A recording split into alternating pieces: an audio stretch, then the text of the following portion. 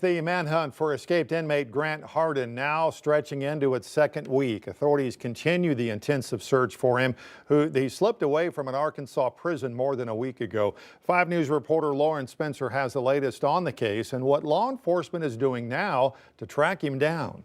Tuesday, the Department of Corrections released an updated image of escaped inmate Grant Hardin. An FBI and U.S. Marshals created headshots showing what he might look like after more than a week on the run. If he has been hiding out, that he hasn't, his facial hair has probably grown out a little bit more. He's probably, not as clean cut as he has been. And we've now learned that Hardin faces a federal charge, unlawful flight to avoid prosecution. Newly obtained court documents in the state's case against him reveal investigators are looking to cell phone data to aid their search. A search warrant application signed by a judge Monday requests cell tower data within a 5-mile radius of North Central Unit, where Hardin escaped on May 25th. Investigators hope the data, known as a tower dump, can help identify devices that were in the area, potentially pointing to whether Hardin had outside help. The warrant notes it's still unclear if he received assistance, but that possibility has not been ruled out. On Tuesday, the Izard County Sheriff's Office posted to Facebook saying their deputies and investigators are still working around the clock, following leads and coordinating with multiple agencies. They thanked the public for its support and stressed that community vigilance and cooperation remain crucial to the search. There's now a $25,000 reward for information that leads to Hardin's arrest, $20,000 from the FBI and $5,000 from the U.S. Marshals. You consider somebody of his magnitude and the crimes that put him in prison in the first place. That's obviously a big concern.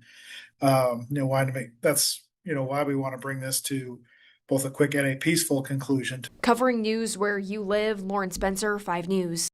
And after several days of tracking leads, law enforcement says the focus now is still on north central Arkansas. Stone County Sheriff Brandon Long says his deputies are following leads in their county, which is neighboring Izard County, till a credible tip emerges, placing Hardin somewhere else. They're concentrating the efforts on the area where he was last seen. The city of Arcoma has been spared a massive sewer rate increase from the city of Fort Smith, at least for now. City directors tonight decided to temporarily pause a 350% increase in sewer bills. The increase was supposed to have started Sunday. After a lengthy discussion tonight, the board asked city staff to come back with a different sewer rate plan. The board last week asked administration to work with the mayor and vice mayor in Arcoma to resolve this issue, to come to some kind of middle grounds. So regardless of the input, the conversation will continue, but at least administration and Arcoma hears what the board has on our minds. This same board raised water rates to 150% to people outside the city. And we did it without blinking an eye. And we're talking about giving people in another city of 613 people, 613 citizens or residents, another state, have access to our sewer system that we've got a federal consent decree to get a lower rate. I think that's a wrong message to send to our public. It was decided tonight that the new rate schedule for Arcoma would be voted on by city directors on June 17th. After months of back and forth between the city of Highville and Northwest Arkansas National Airport, we now have an update on the lawsuit filed against Highville after the airport announced plans to detach from the city. After a unanimous vote from the board, 2 proposals on how tax revenue would be handled are now off the table.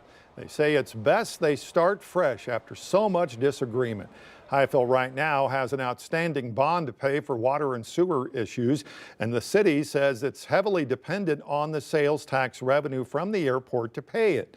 On March 17th, the city and XNA came to a verbal agreement that over $1 million would go toward bond repayment. That results in $900,000 going to discretionary spending to run the city.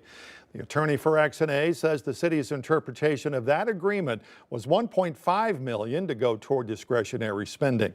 Because they could not come to an agreement, XNA filed a lawsuit against the city asking the court to enforce Act 769 that requires all sales tax revenue to go toward bond repayment. Hopefully we can get to a point of agreement, but if we can't get to that point of agreement, we are committed to seeing that the city of Highville and its officials follows the law, and we are committed to seeing this thing through for the benefit of our customers and for the restoration of the original vision of this airport. Burke says the agreement is so important because the larger amount is discretionary funding, the less is going toward that bond repayment. Skittles announced its plans to stop using titanium dioxide, a color additive to its candy. The move comes as Health Secretary Robert F. Kennedy announced in April that the Health Department and the FDA plan to phase out all petroleum-based artificial food dyes from the food supply, including red dye number 3, that's a popular food color additive. Megan Bragg verifies what it is and the health effects. Red dye number 3 has been used in foods for years, like cookies, candy, and even some medications. But does this affect our health, and will this ban affect the way these foods taste? Let's verify.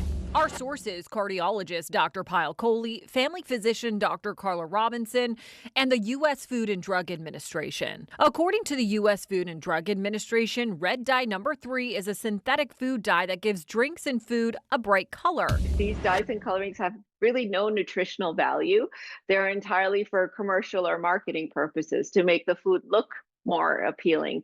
And many of them are actually derived from petroleum products. But are there any health effects to eating foods with these dyes? The research, in all fairness, has been mixed. The animal models in high doses do suggest that they could have potential for harm, but because we can't prove that in humans, that's been one of the reasons that the FDA has sort of allowed this to happen for so many years. So will those candies look as colorful or taste different with the lack of these dyes? Both doctors say you can expect the same taste, but a different look. The candies that you end up eating, the Twizzlers and such that have a lot of dyes, obviously may look a little bit different because, again, those food dyes are put in to make the product look more appealing. Several countries have already banned synthetic dyes like red dye number 3. Here in the U.S., food manufacturers have until 2027 to reformulate their products to get rid of dyes like red dye number 3. With your Verify, I'm Megan Bragg.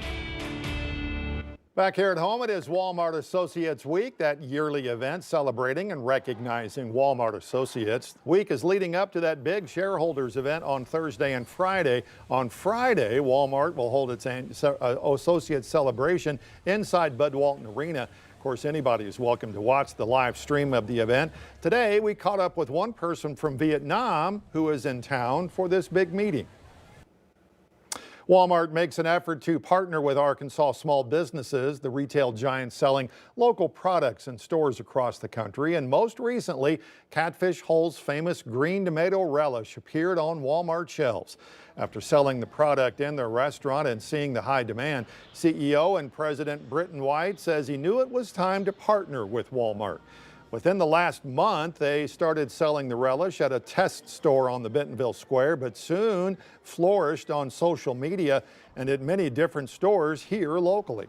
So pretty much any neighborhood market in Northwest Arkansas, over to Siloam Springs, to Pea Ridge, out to Farmington, you'll see the tomato relish somewhere on the shelves in the stores. We have a huge shipment coming in this week, and we're going to be delivering to the supercenters in the River Valley area.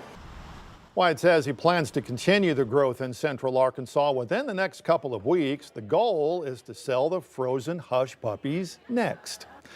Well, this month, Best Friends Animal Society, an ongoing partner litter robot, teaming up to dispel common cat misconceptions while helping more felines find loving homes through a nationwide initiative called Truth or Tales. Animal lovers everywhere invited to help separate truth from tales by sharing photos or videos of cats defying myths. And for every post using the hashtag Feline Folklore Challenge, Litter Robot will donate $1 to Best Friends Animal Society, up to $10,000 to support cats in shelters. So we work with rescues and shelters across the state of Arkansas, and we just brought in about 30 cats today that will be getting their medical intakes and spay-neuter surgery tomorrow, so they should be up for adoption relatively soon. Litter Robot is also sponsoring cat and kitten adoption fees this month at all Best Friends locations nationwide, including the Best Friends Pet Resource Center in Northwest Arkansas. Scott Family Amazium in Bentonville breaking new ground. This expansion will revolutionize science, technology, engineering, art, and math, of course, also known as STEAM. The Amazeum's groundbreaking event marks the first phase of expanding Futures Capital campaign to enhance learning with new immersive spaces tailored to Northwest Arkansas's growing needs. We know that we've needed an expansion for a while. We've listened to the community, we've had some listening sessions and gotten feedback, and we knew that it was needed, so we just got to get it done as quickly as we could. It was a fun announcement in January, and now being able to celebrate that is a great day. That expansion will include an early learning advancement center, a vibrant social space called the Hangout, and the Backyard, which is an outdoor play area. These additions will enhance the museum's ability to serve early learners and families all across 5 countries.